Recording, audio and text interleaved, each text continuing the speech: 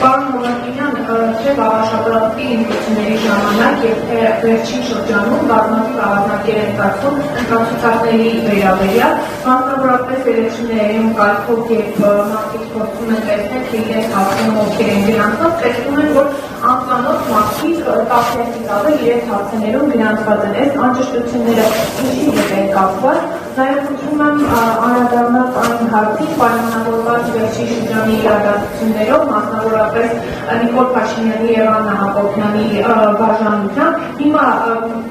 մասնավորապես նաև այն համատեքստում, որ ընտրական մարզիկում բազմաթիվ փոփոխություններ են կատարվել և հիմա Իմ քայլը հիմնադրամը ասոցացվում է քաղաքացիական պայմանագրի կուսակցության հետ, թե ոչ, ինչպես նաև քաղաքացիական պայմանագրի կուսակցության ներքաղաքական քարոզարշավներն են մեկնարկել և հանրային հեռուստաընկերությունը դրանք ակտիվորեն լուսաբանում է, տարբերություն դնելով ընդդիմադիր դաշտում տեղի ունեցող մյուս քարոզչություններին։ Հիմա դուք այս համատեքստում կարողանալու եք ապահովել բոլոր կուսակցությունների հավասար ձեռնունքով լուսաբանումը։ Շնորհակալություն։ Սկսեմ վերջից, հարգելի լրագրողներ, հավասար լուսաբանում պիտի ապահովեք դուք։ Լուսաբանումը ապահովում եք դուք։ Մենք կենտրոնական հանրային հեռուստաընկերությունը, եթե հանրային հեռուստա, ես չեմ ասում, որովհետև մեր տեսանկյունից կլինի հանրային հեռուստաընկերություն, թե մնացած լրատվամիջոցները, բոլորը մեր տեսանկյունից նույն հարցության մեջ են։ Այսինքն, այստեղ հանրային հեռուստաընկերությունը ունի օրենքով սահմանված պարտավորություններ, որպես պետական ֆինանսավորում ստացող հեռուստաընկերություն, որը պարտավոր է ապահովել։ Եվ եթե, այսպես ասենք, հանրային հեռուստաընկերությունը որևէ իր պարտականություն չկատարի, ինչպես գիտեք, ՌԱՀ-ը այս պարագայում ՌԱՀ-ը հետևում է այդ նաև ՌԱՀ-ը հրապարակել է արդեն իր մեթոդաբանությունը մոնիտորինգի, կարող եք վերցնել ծանոթանալ եւ ՌԱՀ-ը ապահովելու է դա։ Եվ այստեղ կոնկրետ հեռուստաընկերությունների կողմից իրենց պարտականությունների կատարման մոնիտորինգը իրականացնելու է ՌԱՀ-ը եւ ՌԱՀ-ը մեզ նաեւ տեղեկացնելու է այդ ընթացքի վերաբերյալ, այսինքն եթե խնդիրներ կան, եթե խնդիրներ չկան եւ այլն։ Այսինքն սա մեկ։ Մյուսը ասացիք, ես չհասկացա, թե վարչապետի եւ իր տիկնոջ ամուսնալուծությունը ինչու հարցից։ Տեսեք, երբ որ մենք ունենանք գրանցված կուսակցություններ, այդ ժամանակ մենք արդեն ընտրական օրենսգրքով սահմանված կարգով կանդրադառնանք նաև հիմնադրամներին, նրանց ծավալած գործունեությանը։ Ես կարող եմ ասել, որ այսօր մենք հրապարակենք մի պարզաբանում, որտեղ այս խնդրին կա անդրադարձ։ Այսինքն ոչ թե Իմ քայլին, այլ ընդհանրապես բարեգործական կազմակերպությունների եւ կուսակցությունների, թեկնածուների այդ կապին, ասոցացված, չասոցացված։ Ես դա կհրապարակենք, դա նաեւ ձեզ բոլորիդ կուղարկի, որպեսզի նաեւ դա այդ հարցի պատասխան ունենք, բայց ամեն դեպքում մենք իրավիճակը սկսում ենք գնահատել, երբ որ ունենք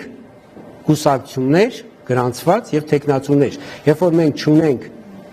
գրանցված կուսակցություններ, չունենք թեկնածուներ, ենթադրություն, այսպես ասենք, ենթադրություններով չեն կարող առաջնորդվել եւ չեն կարող որևէ գործընթաց, իրավական գործընթաց հարուցել։ Սա էլ մի քանի ցուցակների հետ կապված, հայ հարգելի գործընկերներ, ցուցակները ինչպես գիտեք, վարում է ներքին գործերի նախարարությունը, ընտրողների ցուցակները։ Ես ներքին գործերի նախարարությունը վերջերս, այսինքն կոնկրետ միգրացիայի եւ քաղաքացիական ծառայությունը, վերջերս հանդես է եկել պարզաբանումով։ Ես կարող եմ նորից դա ներկայացնել, որ անձը որևէ բնակելի տարածքի հասցեով կարող է հաշվառել երկու եղանակով։ Բնակելի տարածքի սեփականատիրոջ կամ սեփականատերերի գրավոր համաձայնությամբ, այդ դեպքում փաստացի բնակության հանգամանքը չի ստուգվում։ Եվ երկրորդը փաստացի բնակության հիմքով։ Այս դեպքում անձը գրավոր հայտնում է իր բնակվելու հասցեն լիազոր մարմնին դիմելով տվյալ հասցեում հաշվառվելու համար։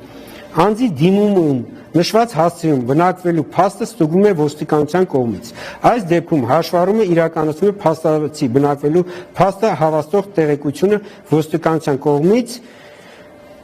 միգրացիա եւ քաղաքացիական ծառայության բաժնին տրամադրելուց հետո։ Այսինքն եւ այն խնդիրները, որ այս նույն պարզաբանման ըստ էության նշվում է, որ այն խնդիրները, որոնց մասին բարձրաձայնվում է 2006-2019 թվականներին կատարված հաշվառումների մասին է։ Այսինքն, երբ որ նույն, ասենք, սեփականատերը այն նախորդ տարիներին ինքը չի,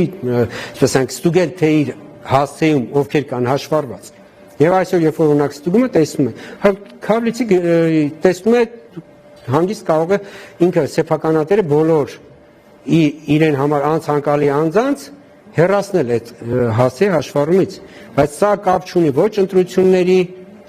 այսպես ընտրությունների հետ, ոչ ընտրությունների որակի հետ, որովհետև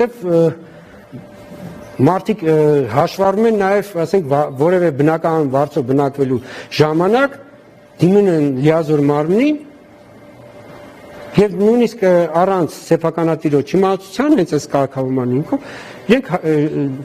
փաստացի հաշվառում են այդ հասցեին, հետո տեղափոխվում են այլ տեղ բնակվելու։ Երբ որ սեփականատերը չի ստուգում, ստացվում է անցնում է երկար ժամանակ, մեկ էլ այսինքն երկար ժամանակ անցել ինքը նոր իմանում։ Կա այդ ընթացքում կա նույնիսկ սեփականության սեփականատերն էլ փոխվել տվյալ անշարժ գույքի, որովհետև մեր ներկայիս օրենսդրությամբ հաշվառումը, քանի որ գույքի նկատմամբ որևէ իրավունք չի ստեղծում, կարող է սեփականատերը փոխվի, բայց գույքի այդ անշարժ գույքի հասցեում հաշվառված անձիկ չեն հանվում հաշվառումից, հասկանում եք, այսինքն մարդը գնում է սեփական, եթե չի ստուգում ինքը թե ովքեր են հաշվառված իր հասցեում, կարող են, չգիտեմ, ասենք ինչ որ թվով մարդիկ լինել ու ինքը դիմելուց հետո եթե չի ստուգում, այդ մարդիկ շարունակելու են մնալ այդ հասցեում հաշվառված։ Եվ այն պահին, երբ որ ինքը այդ փաստը կարձանագրի, այդ պահին նոր կիմանա այդ մասին։